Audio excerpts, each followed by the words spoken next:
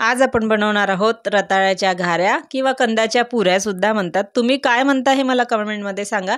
याला रताळे किंवा कंद सुद्धा म्हणतो, आम्ही कंद म्हणतो सहसा आणि रताळे पण म्हणतो। तर आज आपण बनवणार आहोत कंदाच्या पुऱ्या। तर खूप छान लागतात, गरमागरम खायला एक नंबर लागतात। नक्की करून बघा आणि या पद्धतीने केल्याना आहा। चला मग पटकन रेसिपी बघू। त्याआधी चॅनलवर नवीन असाल तर चॅनलला सबस्क्राइब करा आणि सबस्क्राइब केलं असेल तर बेल आयकॉनला नक्की प्रेस करा, म्हणजे जे पण मी व्हिडिओ टाकते त्याचं नोटिफिकेशन तुम्हाला लगेचच मिळून जाईल आणि तुम्ही रेसिपी मिस करणार नाही। चला मग पटकन रेसिपी बघू। तर इथे मी रताळे आधी स्वच्छ धुवून घेतलेले आहे। 4 मोठे रताळे घेतले आणि याला चांगले पहिल्यांदा स्वच्छ पाण्याने धुवून घ्यायचे। तर इथे स्वच्छ धुवून झाले। आता एक कुकर घ्यायचा किंवा गंजामध्ये सुद्धा तुम्ही बॉईल करू शकता, पण कुकरमध्ये पटकन होतील। आता ते कुकरमध्ये टाकायचे आणि थोडंसं पाणी टाकायचं, अगदी बुडेल एवढं, आणि कुकरला शिट्टी लावून 2 शिट्ट्या झाकण लावून कुकरला 2 शिट्ट्या घ्यायच्या हाय फ्लेमवरती आणि पटकन शिजतात हे। तर बघू शकता कुकर थंड झाला आणि इथे मी काढून घेतलेलं आहे। तर याचे आता काय करायचे, छिलके काढून घ्यायचे। छिलके काढून झाले बघू शकता। आता याला चमच्याच्या मदतीने किंवा स्मॅशरच्या मदतीने किंवा हाताने तुम्ही याला चांगलं असं बारीक करून घ्या, म्हणजे यामध्ये जे आहे ना असं गडे नाही राहिले पाहिजे, म्हणजे पुरी आपली लाटताना छान अशी एकसारखी दिसली पाहिजे आणि त्याशिवाय पुऱ्या जे आहे ना चांगल्या होत नाही। त्यामुळे हे चांगले असं बारीक करून घ्या आणि इझिली हे बारीक होते। पटकन चांगले शिजले ना की छान असे बारीक होतात। तर बघू शकता तुम्ही चमच्याच्या मदतीने मी इथे करत आहे, झालं आहे। आता यानंतर आपली स्टेप आहे की आपल्याला कणिक लागणार आहे यासाठी। तर मी इथे पहिल्यांदा कणिक गाळून घेते। तर इथे मी गव्हाचं पीठ तर हे मी इथे गाळून घेतलं। कोंडा बघू शकता निघालेला आहे। गाळूनच कणिक वापरा, पुऱ्या छान होतील। कणिक गाळून झालेली आहे बघू शकता। आता इकडे रताळेचे जे आहे आपण बारीक केलेलं आहे, तर ते मोजून घ्यायचं, म्हणजे आपल्याला गोडाचं प्रमाण समजेल की आपण किती आपल्याला गोड घ्यायचं आहे। तर मी इथे या पुऱ्यांमध्ये साखर वापरणार आहे। तुम्ही इथे गूळ सुद्धा वापरू शकता बारीक केलेला चांगला।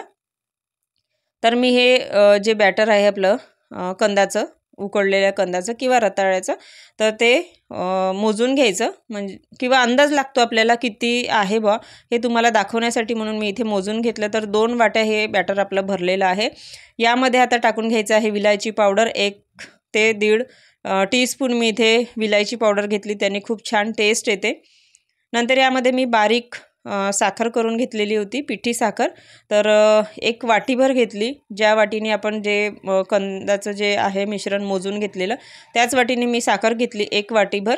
तर तेवढी लागणार नाही आपल्याला, पण तेवढी घेतली आणि थोडी टाकून घेतली, लागली तशी टाका आणि मग ते चाखून बघा तुम्ही, म्हणजे किती गोड पाहिजे, कितपत गोड पाहिजे तुम्हाला त्यानुसार। तर इथे मी अर्धा पाऊण वाटीच्या जवळपास पिठी साखर वापरली। त्यानंतर ही जी राहिलेली आहे ती आपण नंतर वापरणार आहोत। तर अजून थोडीशी टाकून घेतली, बाकीची राहिलेली आपण नंतर वापरणार आहोत। आता ही सुद्धा चांगली अशी मिक्स करून घ्यायची। जर तुम्ही इथे गूळ वापरत असाल तर गूळ साखरेपेक्षा थोडा जास्तच वापरायचा, म्हणजे 1 वाटी गूळ इथे तुम्हाला वापरावं लागेल पूर्णपणे। तर तुम्ही किती गोड खाता यावर डिपेंड आहे सगळं।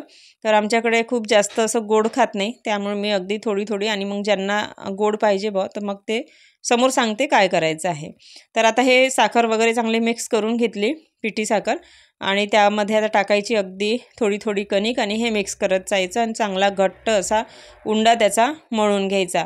तर साखर टाकलेली आहे त्यामुळे कसं आहे पाणी सुटते आणि अगदी थोडी टाकायची, खूप जास्त नाही आणि खूप कमी पण नाही, कारण की त्यामध्ये कंदाची टेस्ट आली पाहिजे, रताळ्याची टेस्ट आली पाहिजे। आता अगदी थोडी मी इथे टाकून घेणार आहे आणि याचा उंडा मळून घेणार आहे।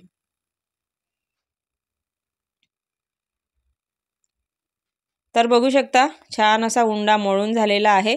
आता साखर टाकलेली आहे त्यामुळे हा लहेरू शकतो, त्यामुळे अगदी थोडंसं इथे मी तेल लावून घेते, म्हणजे हा लहरणार नाही। आणि हे जे आहे रताळ्याचं आपण पीठ हे भिजवून ठेवतो ना, तर हे काय करायचं, जास्त वेळ रेस्ट करायला नाही ठेवायचं. लगेच भिजवलं की लगेच करायला घ्यायच्या आणि खूप छान होतात. तर इथे पीठ भिजून रेडी आहे. आता आपण काय करू, इकडे तेल गरम करायला ठेवून देऊया आणि इकडे पुऱ्या लाटूया. तर इथे मी घेतलेलं आहे पॉलिथिन, स्वच्छ पॉलिथिन घेतलेलं आहे आणि अगदी छोट्या छोट्या चपात्या करतो ना, त्यापेक्षा पण अगदी छोटासा उंडा घ्यायचा किंवा तुम्हाला मोठ्या मोठ्या पुऱ्या पाहिजे असेल तुम्ही आपल्या आवडीनुसार तुम्ही इथे छोट्या मोठ्या करू शकता. मी इथे अगदी छोटासा उंडा घेतलेला आहे. नंतर थोडंसं तेल घ्यायचं, पॉलिथिनला लावायचं. बघू शकता एक साईड लावत आहे आणि इथे आता ठेवलेला आहे छोटासा गोळा. इकडे दुसऱ्या साईडला सुद्धा तेल लावून घ्यायचं आहे, म्हणजे चिपकणार नाही. जास्त तेल नाही लावायचं, अगदी थोडं थोडं. आता याला हाताने अशा प्रकारे तुम्ही जितकी मोठी किंवा पातळ पाहिजे ना त्यानुसार तुम्ही इथे करून घ्या. आता इथे एकदम पातळ पण पुरी नाही करायची आणि एकदम जाड पण नाही, मिडियम साईजची इथे पुरी करायची. त्याची जाडी आहे ना ती व्यवस्थित ठेवायची. तर इथे बघू शकता एकदम झटपट होते किंवा तुम्ही लाटण्याने सुद्धा इथे लाटू शकता पॉलिथिनमध्ये टाकून गोळा. आता बघू शकता कुठेच तुम्हाला रताळ्याचे जे गडे आहे ना ते दिसत नाही आहे पुरीवर, म्हणजे तो रताळे जे आहे ना चांगले असे त्याच्यासाठी म्हटलं की स्मॅश करून घ्यायचे. आता इकडे तेल गरम व्हायचं आहे, तोपर्यंत मी इथे उंडे तयार करून घेते. उंडे तयार करून घेतले ना की म्हणजे पुऱ्या बनवायला पटापट थोडं मजा येईल, पटकन होईल आणि तळल्या जाते लवकरही, जास्त वेळ नाही लागत. फक्त तेल चांगलं असं गरम असलं पाहिजे. मी हाय फ्लेमवरती तेल गरम करून घेते आणि नंतर मग गॅसची फ्लेम मिडियम ठेवते आणि लो फ्लेमवर कधीच हे पदार्थ तळायचे नाही. तर इथे मी गॅसची फ्लेम आता मिडियम करून घेतली, कारण की तेल आपलं तापलेलं आहे. छोटासा उंडा टाकून बघितला, लगेच वरती आला, म्हणजे तेल चांगलं तापलेलं आहे. आता गॅसची फ्लेम मिडियम केली, पुरी टाकून घेतली आणि बघू शकता पुरी अगदी लगेचच वरती येते आणि त्याच्या अशा प्रकारे झाऱ्याने हलकं हलकं तेल असं टाकत राहायचं. मस्तपैकी अशी टम्म फुगते आणि एकूण एक पुरी अशी फुगल्या जाते. तुम्ही जर या स्टेप जर फॉलो केल्या ना, एकूण एक पुरी फुगते. फक्त गॅसची फ्लेम एकदम लो ठेवायची नाही तळताना आणि तेल थोडंसं म्हणजे चांगलंच गरम असलं पाहिजे आणि मग नंतर तळताना गॅसची फ्लेम मिडियम ठेवायची, हाय पण नाही ठेवायची, कारण की शिजल्या पण गेली पाहिजे ना. बघू शकता टम्म अशी पुरी तळून झाली आणि त्यावर आता मी टाकलेली आहे पिठी साखर. ज्यांना गोड पाहिजे खूप जास्त त्यांनी पुन्हा वरून पिठी साखर टाका.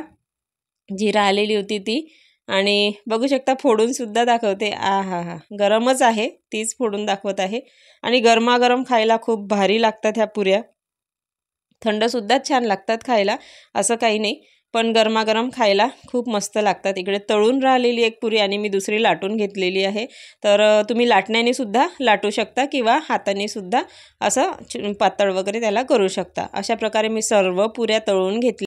अशा प्रकारे सर्व पुऱ्या तळून झाल्या आणि तळताच गायब पण होत होत्या, म्हणजे पोटात जात होत्या. मुलांना खूप आवडतात. तर मी मुलं शाळेतून येतात ना त्यावेळेस मी असं काही बनवत असते, म्हणजे मुलं खाऊन पण घेतात. तर डिश सर्व करण्यासाठी पण मुलांनी ठेवत नव्हते, पण म्हटलं ठेवा 4-5 तरी, म्हणजे सर्व करायला नाही का. तर इथे छान अशा पुऱ्या तयार आहेत. तुम्ही पण खा आणि मी पण खाते. तर कशा झाल्या हे कमेंटमध्ये मला नक्की सांगा. तुम्हाला आवडल्या का, व्हिडिओ आवडला का, इथे लाईकसुद्धा करून मला इथे कळवू शकता. तर खूप छान लागतात, नक्की करून बघा. आणि याला तुम्ही कंदाच्या पुऱ्या की रताळ्याच्या घाऱ्या म्हणता इथे आम्हाला सांगा. याला कंद रताळं काही म्हणू शकतो. तर अशा प्रकारे हे रेसिपी आहे, सोपी आहे आणि खूप छान लागते. खरंच करून बघा. तर व्हिडिओ आवडला तर व्हिडिओला लाईक करा, शेअर करा. चॅनलवर नवीन असाल तर सबस्क्राईब नक्की करा. मस्त खा, स्वस्त राहा. Bye bye.